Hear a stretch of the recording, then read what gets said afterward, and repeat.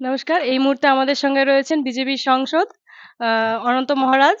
আমরা ওনার কাছ থেকে জেনে নেব এইবার লোকসভা নির্বাচনের ফলাফল এর মতামত ওনার কাছ থেকে। লোকসভা নির্বাচন ফলাফলটা এটা তো জনগণের সিদ্ধান্ত, যেটা নিয়েছে সেটাই হবে। জনতা জনার্দন যাকে সমর্থন করবে সেই বিজয়ী হবে। তা আমার বিশ্বাস যে বিজেপি সরকার করতে যাচ্ছে।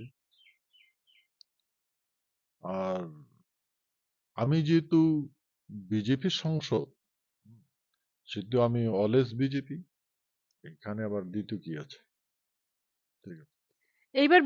এইবার নির্বাচনে আপনাকে নিশীথ প্রামাণিকের হয়ে মানে বিজেপির হয়ে সেভাবে সক্রিয়ভাবে অংশগ্রহণ করতে দেখা যায়নি না, প্রচারে। বিজেপি প্রচারে করা হয়নি, দেখেন নাই। আমি অন্য কাজে ব্যস্ত ছিলাম। আমি আমার মানুষদের কনভিন্স করার জন্য ব্যস্ত ছিলাম। আমি জায়গায় জায়গায় কনভিন্স করেছি, হুম, মানুষকে বুঝিয়েছি। এই সেতু দলীয় কার্যক্রমে আমি উপস্থিত হতে পারিনি। আর নিশীথ প্রামাণিক, হুম, তার আমি নমিনেশন পেপার সাবমিট করার সময় আমি উপস্থিত ছিলাম। আমি পূর্ণ সহায় করেছি, যেটা আমার করণীয় সেটা করেছি। যদি এবার তৃণমূল কংগ্রেস থেকে আপনার কাছে কোনো প্রস্তাব আসে তাহলে সেই সম্পর্কে আপনি কি বলবেন?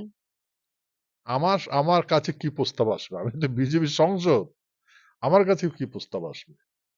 হ্যাঁ, কিন্তু একটা একটা কথা হলো কি, আমি কারো বিরুদ্ধে নই।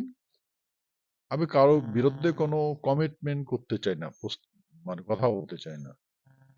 হ্যাঁ,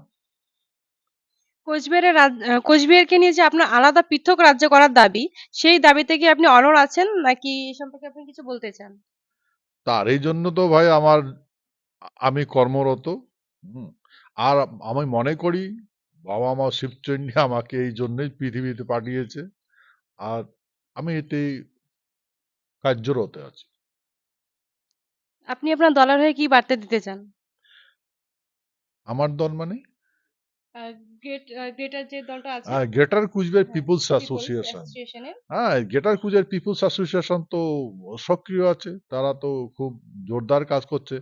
greater Cooch Behar peoples association, Narayani Sena, plus এখানে যে মা ভবানী কমিটি আছে, তারা পুরা সক্রিয় আছে, তারা সচেতন আছে। এখন সবাই নিজের দায়িত্ব বুঝে, সাংবিধানিক বিধি ব্যবস্থাপনা বুঝে, আর তার যেটা মৌলিক অধিকার তারা কাজ মানে প্রাপ্ত করার জন্য সক্রিয় ভূমিকা নিচ্ছে। আর আমার মনে হয় রাজ্য হবেই। কোচবিহারবাসীর জন্য আপনার কি বার্তা থাকবে? সবাইকে একত্রিত হয়ে, মত বিভেদ না রেখে সবাই একসঙ্গে সংযুক্ত হয়ে কাজ করাটা উচিত। তাহলে এখানকার মানুষের মঙ্গল হবে, সবারই মঙ্গল হবে, এখানকার এক্সক্লুসিভ ডেভেলপ হবে।